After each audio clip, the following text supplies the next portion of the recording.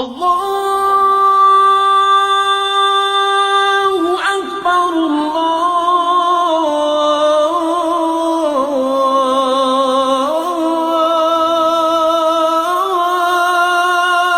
اکبر۔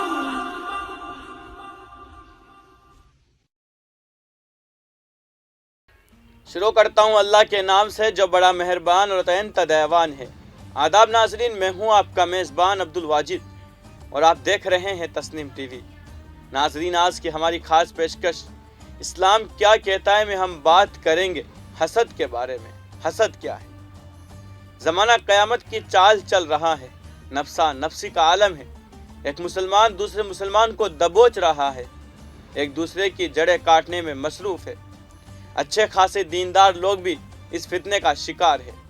اگر کسی شخص کے پاس اللہ تعالیٰ کی دی ہوئی نعمتیں اور صلاحیتیں ہیں تو ان کو دیکھ کر حسد میں مبتلا نہیں ہونا چاہیے، بلکہ رشک کرنا چاہیے اور اللہ تعالیٰ سے اس شخص کی صلاحیتوں میں مزید ترقی کی دعا کرنی چاہیے۔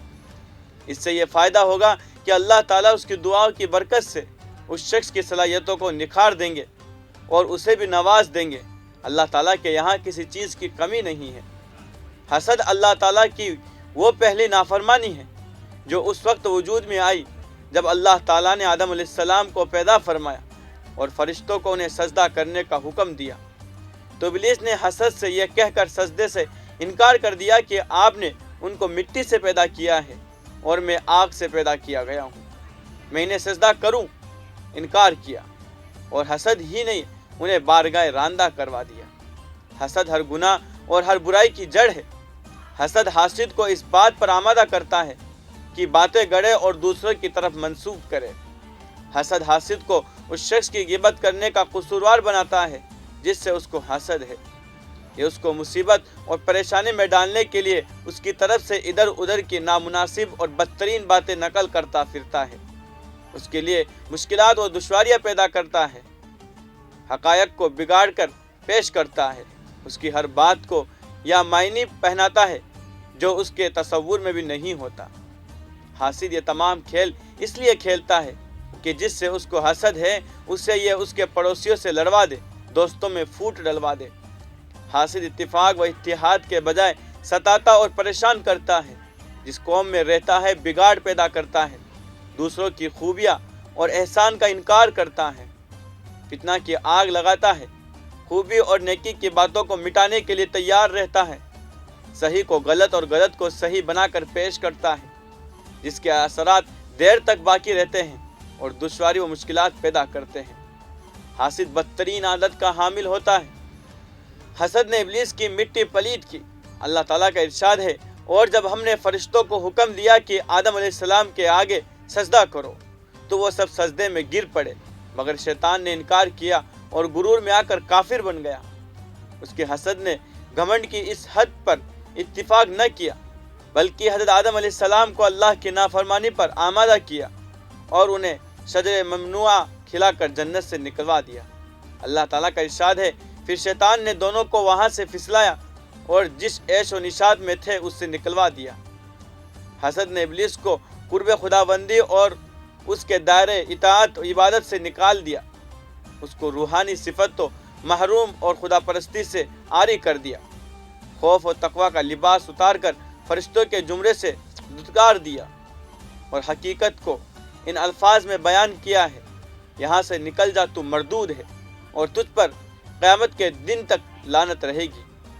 حسد حاسد کو اختلاف و نفاق پر آمادہ کرتا ہے۔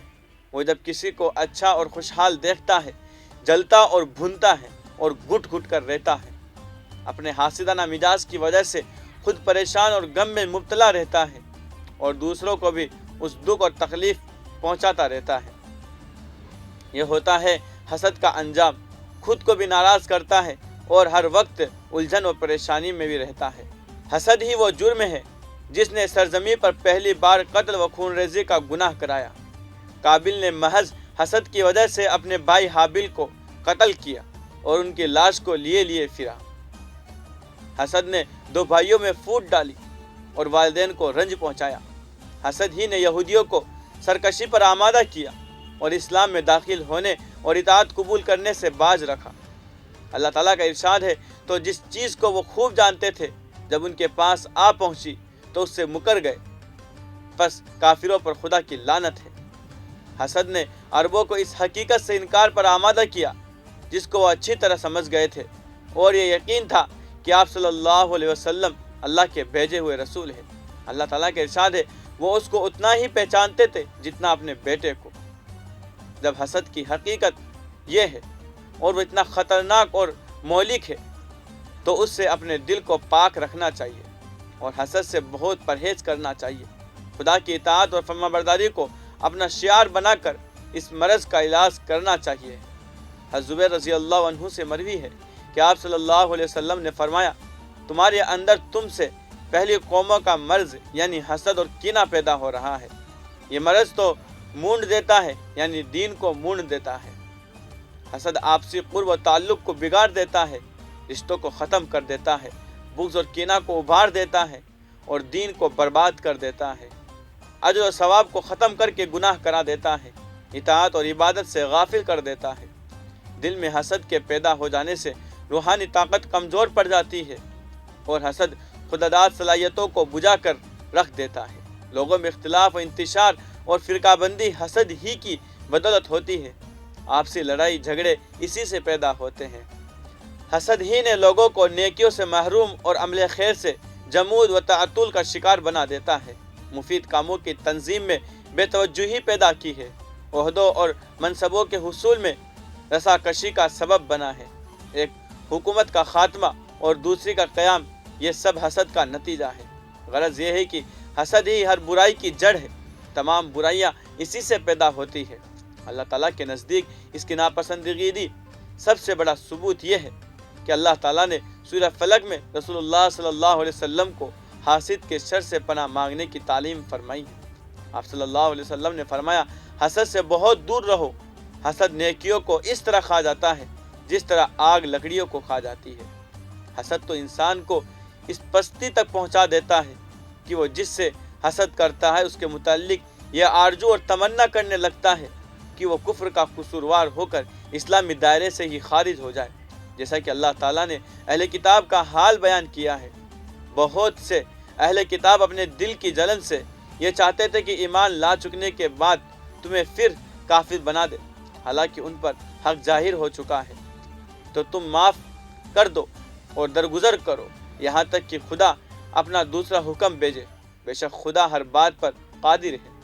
الغرض کہ حسد سے اڑنے اور جل کر کباب بننے سے بہتر ہے کہ انسان حسد جیسی نافرمانی اور گناہ عظیم سے تائب ہو کر رحمت خداوندی سے کھل کر گلاب بنے۔ اللہ تعالیٰ حسد جیسی نافرمانی سے ہماری حفاظت فرمائے، آمین۔ آج کی اس خاص پیشکش میں بس اتنا ہی۔ اگلے ایپیسوڈ میں پھر حاضر ہوں گے اسلام سے متعلق کوئی اور معلومات کو لے کر۔ تب تک کے لیے دیکھتے رہیے تسنیم ٹی وی، آپ کے میزبان عبدالواجد کے ساتھ۔ اللہ حافظ۔